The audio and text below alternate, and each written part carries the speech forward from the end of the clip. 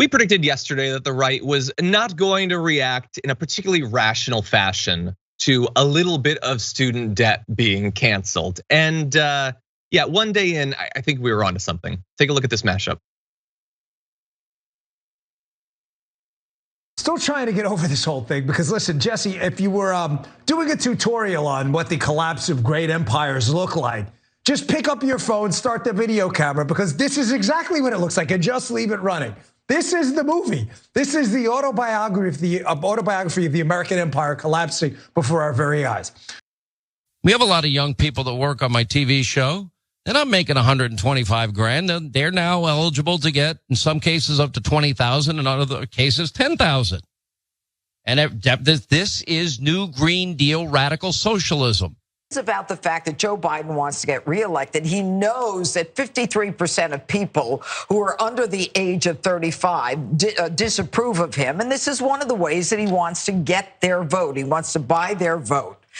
Look, my family paid for my education. I'm sure they had better things to do with their money. I didn't have to take out a loan because they paid for it, but they worked hard for their money. This is a giveaway, and it's disgusting. What about those people? Clowns come in many forms, and they're all over Fox News. So this is how great empires fall, because some Pell Grants were eliminated. Specifically calling out your employees as not deserving help is such a weird choice to make for Sean Hannity. And then implying that it is wrong to give something that you promised you would if you got elected to your voters. That is bribing them. I would love to see Jeanine Pirro apply that to literally anything else that's been done politically over the last few decades. But Jordan, what do you think about their narratives there? The Pirro clip was great. Oh, my parents paid for my education. Well, that's great. Good for you. Not everyone can just pick their family and a wealthy family. But also, when she went to school, college was much cheaper. It is probably since then, the average cost of a state school has tripled or quadrupled. So it was, and the state subsidies have basically inverted over the years. States used to subsidize, 80, sometimes 90% of your tuition. Now it's like 20% or so. So that's a worldview that they largely support. They don't want governments subsidizing these types of things. They want to cut all this government spending. Yep. So this is the problem that they have advocated for decades. And now they're complaining that people get a tiny bit of relief. On the Hannity thing, it's great. I would love to see a conversation where he looks somebody on his staff in the eye and says, this is terrible. You're getting $10,000 or $20,000 your debt wiped away. This is so awful for you. I'm so sorry. I'm sure you would love to pay a 10 or 20,000. Nobody really wants it. Nobody who doesn't get paid to take these stances actually wants to pay more in student loans. Yeah, I like, that's a great hypothetical, but I really would love to talk to some of those producers. So like, they know they want the cancellation, but like, oh God, they've got to feel so conflicted. Like, I'm not supposed to like this, but I like it. So we'll see maybe if any of them will give an anonymous interview or something. What's interesting though with Jeanine Pirro is you were talking about it being cheaper back in the day. So I looked it up, and Jeanine Pirro is 71 years old. So I took a look at what the average cost of tuition was 50 years ago. And it turns out there are comparisons to that. So in 2020 to 2021, 1 year of in-state tuition and fees at a public nonprofit university was $10,560. So about a year ago, $10,560. If you live in the state and it's a state school. Okay, back when she was in college, it was $394. So a little bit different, even accounting for inflation. But anyway, those are a few of their initial responses, because look, it isn't just that they hate this is happening. They obviously do. Government action is not supposed to benefit the masses, the peasants. It's supposed to go to wealthy people. You're supposed to pay back the people who got you elected as a Republican president by passing trillions of dollars in tax cuts literally every time. That's what they do, and Fox has never complained about that. But they also hate that people might like it. They don't want people in their audience, some of whom have student loan debt, to get that cancellation and think, that's actually not that bad. And so they have to hit them from so many different directions. And so you've got not just Fox, but you got Lauren Boebert tweeting, "I loved paying back my student loans so much that I want to do it for other people," said by no one ever. Yeah, I loved being burdened for decades by student loan debt, said no one ever. Like, do you get that? That might be more people than you're citing there. Ben Shapiro, who is joining the Charlie Kirk school of right-wing thought by just saying hashtag defund the universities. They're not hiding anymore. Like well, Charlie Kirk, I don't think went to college, but Ben Shapiro went to like how many different colleges? Oh, but they're really bad for other people. You shouldn't go. It's great for him, but you should never go. You got the deputy opinion editor at Newsweek saying, "I just don't know how these people making 100K a year look people in the face who change seniors' bedpans for a living or drive a truck or work the railroad or stock grocery shelves or deliver their Amazon packages and say, yes, you, give me 10K. I just don't get it." Because that is very much how this plan will work.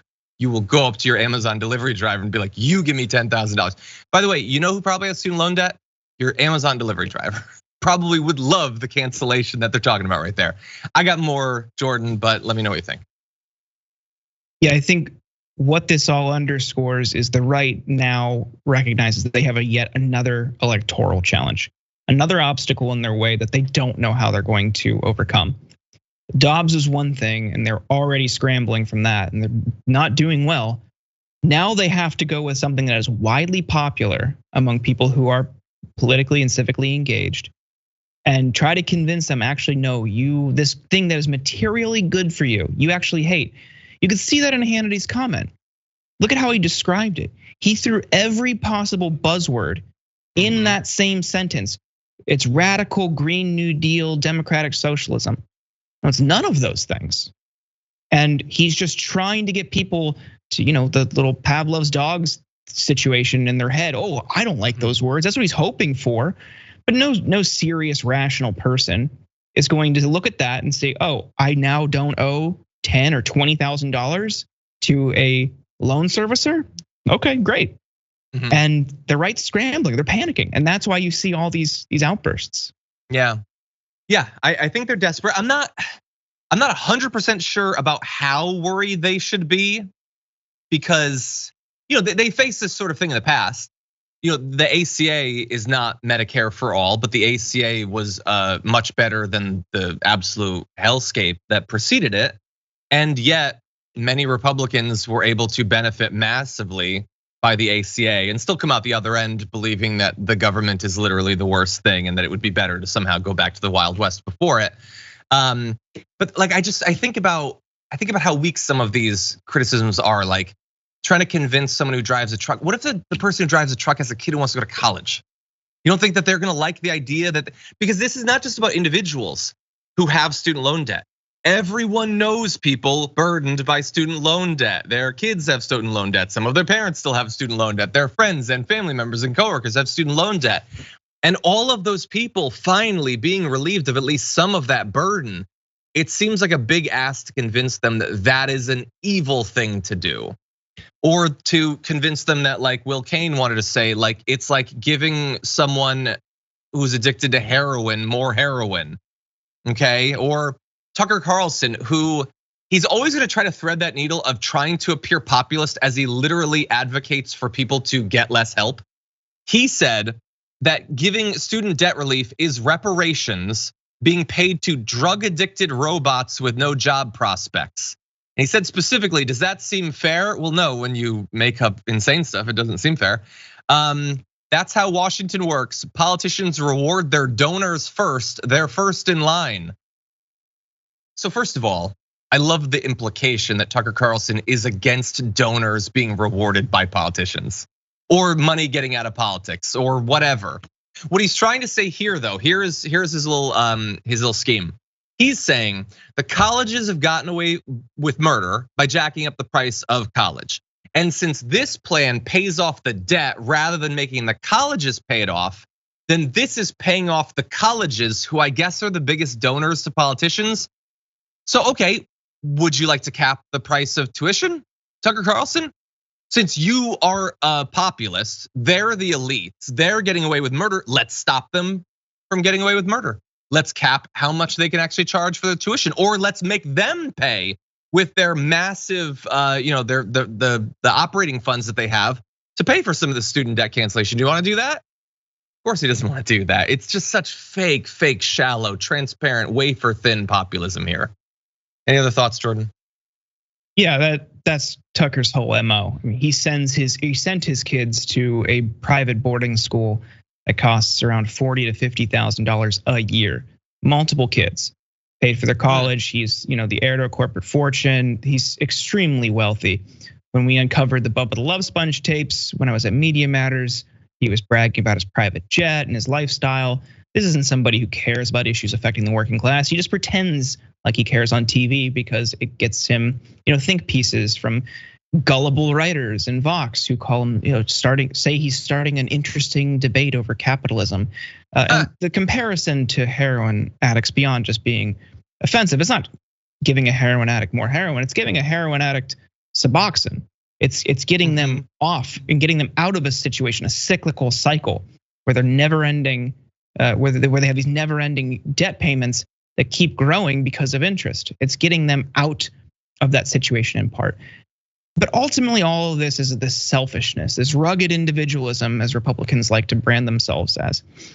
Yesterday, a friend of ours, Manny Fidel, who's with NBC News, saw his entire debt wiped out. And he was really happy. And look, mine wasn't, but I'm happy for him because that frees up somebody I care about to live a better life. We should be happy that other people don't have to have a debt burden anymore. Because just as we advocate to eliminate medical debt because it's unreasonable, just as we fight for Medicare for all, just as we fight for housing guarantees and every other social policy across the board, we do that not because it benefits us, but because it creates a better society. So when we see people who are freed of this debt burden, we should celebrate, even if we don't directly benefit in the maximum possible way. You said before, you had debt and you paid it off and you've wanted this still.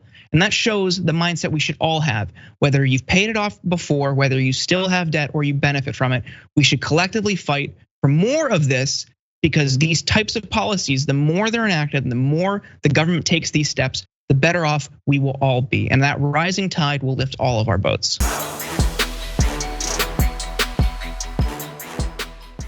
Check out the Damage Report podcast each day, wherever you get your podcasts, whether Pocket Casts or Stitcher or iTunes. You can join me as I give you the news and stories you want, with a range of co-hosts and interview guests jumping in on the fun each day. Again, that's the Damage Report, wherever you get your podcasts. And if you get them at iTunes, don't forget to rate and review. Sometimes I'll read them live on the show.